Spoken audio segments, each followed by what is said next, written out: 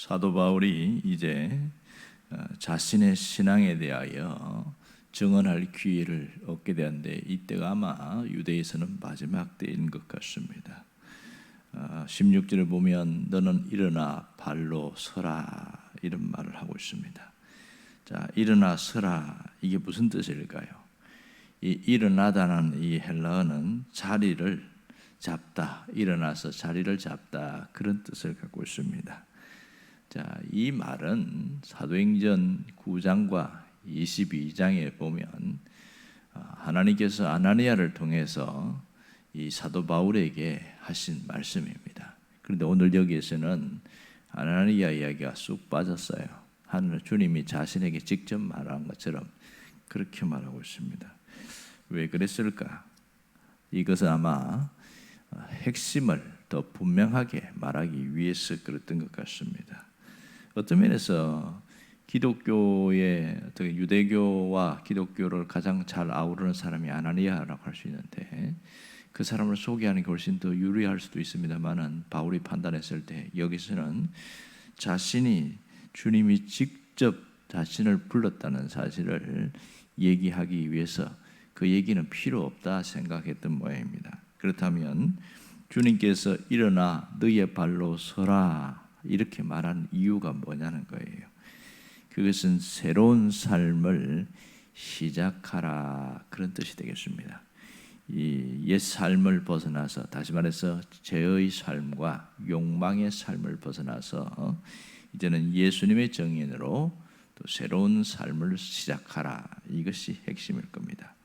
자, 오늘 너의 발로 일어서라는 그 16절 내용은 그 이유가 뒤에 나옵니다. 보면 내가 내게 나타난 것은 곧 내가 나를 본 일과 장차 내게 나타난 일로 말미암아 너를 정인으로 삼으려 하게 합니다. 결국은 뒤에 뭐라고 나옵니까? 이렇게 주님이 일어나 서라고 하는 것은 너를 정인으로 삼으려고 하는 것이다. 이렇게 말하고 계시죠.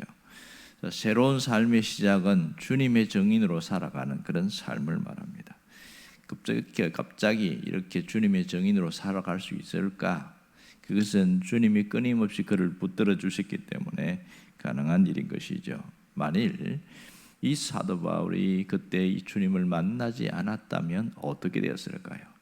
그는 열심히 기독교를 박해하는 사람으로 살다가 또 대제사장의 신임을 받고 사내들인 공회원이 되어서 부귀와 영화를 누리는 삶을 살았겠지요. 하지만 그것은 죽음의 형벌로 이어지는 절망과 좌절의 길일 뿐입니다. 결국 그는 무의미한 삶을 살다가 그냥 이슬로 사라졌겠죠. 하지만 예수님을 만났기 때문에 그의 삶은 확실히 달라질 수밖에 없었습니다. 그의 과거는 현재와 미래의 새로운 삶으로 재해석되어졌고 새로운 의미로 살아가게 되어집니다. 오늘 우리에게 주는 중요한 교훈이 있습니다. 그것은 우리도 예수님 안에서는 새로운 삶을 살아갈 수 있다는 것이죠. 예수님 안에서 변화된 삶, 주님은 우리의 과거조차 쓰라린 과거조차도 감격해서 선을 이루시는 분이기 때문에 변화된 삶을 살아갈 수 있다. 이 점을 이야기하고 있습니다. 여러분 누구든지 주님 안에서는 분명히 새로운 삶을 살아갈 수 있음이 확실합니다. 그렇다면 우리가 다시 일어서기만 하면 새로운 존재가 된다는 거죠. 이거는 바울뿐만 아니라 성경에도 보면 그렇게 유명한 사람이 아님에도 불구하고 다시 일어선 사람은 새로운 변화의 삶을 살았습니다. 사도행전 3장에 보면 성전 미문에서 구걸하던 사람이 나옵니다. 이 사람은 하반신을 쓰지 못하는 장애인입니다. 그는 태어날 때부터 장애인이었고 하반신을 전혀 쓸 수가 없어요.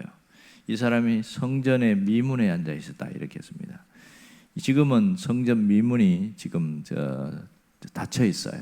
2000년이 지나면서 거기에서 벽이 쌓여 있어서 못 들어가는데 당시에는 문들이 여러 개가 있었습니다. 미문은 골든 게이트, 그래서 황금문이라 그만큼 아름다운 문이었다는 것이죠. 그래서 여기는 성전에 출입할 때 가장 사람들이 많이 출입하는 곳이었고 동쪽에 있습니다. 또 밑에는 보면 남쪽에는 오물을 처리하는 문이 따로 있습니다. 거기는 오물만 내보내고 하는데 그게 분문입니다. 또 물고기만 다니는 어문이 있고요. 양들만 다니는 수문이 있습니다. 또 말이 통과하는 마문이 있고요. 문이 여러 개가 있죠. 그러니까 여러 가지 문들이 있는데 또 골짜기를 통과하는 골짜기 문도 있고, 예루살렘의 당시의 성전에서는 지금은 아닙니다만은 문들이 아주 여러 개 있었음을 알 수 있습니다. 그런데 이 미문이라는 곳에서 이 하반신 지체장애자가 앉아 있습니다. 이 사람의 나이가 40세다 그렇게 나옵니다. 당시 2000년 전에 40세는 그 인생 말년에 접어든 시기입니다. 왜냐하면 거의 40대에 거의 사람들이 다 죽습니다. 장수하는 사람은 50대까지 살고 뭐 그렇습니다. 그만큼 생명이 오래 살지 못할 때였으니까 이 사람이 베드로와 요한을 만나죠. 문제는 베드로와 요한을 만나기 전에 예수님이 그에게 먼저 찾아가셨어요. 그리고 베드로와 요한은 심부름꾼으로 가게 되는데 그를 통하여 일어나 걸어라 했을 때 벌떡 일어났던 것이죠. 그의 삶은 성전에 앉아서 구걸하던 사람과 완전 정반대의 삶이었습니다. 그는 드디어 꿈에도 소원인 성전에 들어갈 수 있는 기회를 얻었습니다. 왜냐하면 장애인들은 성전에 절대로 미문을 통과할 수 없습니다. 통과해서는 부정을 타기 때문에 돌에 맞아 죽습니다. 아무도 못 갑니다. 그가 벌떡 일어나니까 정상인이 되었잖아요. 그리고 성전에서 펄펄 뛰면서 사냥하고 모두가 하나님께 영광 돌리는 엄청난 일들이 일어난 것이죠. 여러분, 이 일은 바로 이 성전 미문에 앉은 사람에게도 주님이 찾아가니까 자기가 일어나서 새로운 삶을 살아가는 모습을 보게 되었습니다. 이것은 뭘 보여주냐면 예수님 안에 있는 사람들은 과거, 현재, 미래가 새로워질 수 있다. 그걸 강조하고 있는 것이죠. 여러분, 예수님은 지금도 우리 가운데 임재하고 계신다는 사실을 잊지 않아야 됩니다. 주님은 우리에게 우리 수준에 맞추어서 우리에게 찾아와 주셔요. 그리고 우리에게 손을 내밀고 계십니다.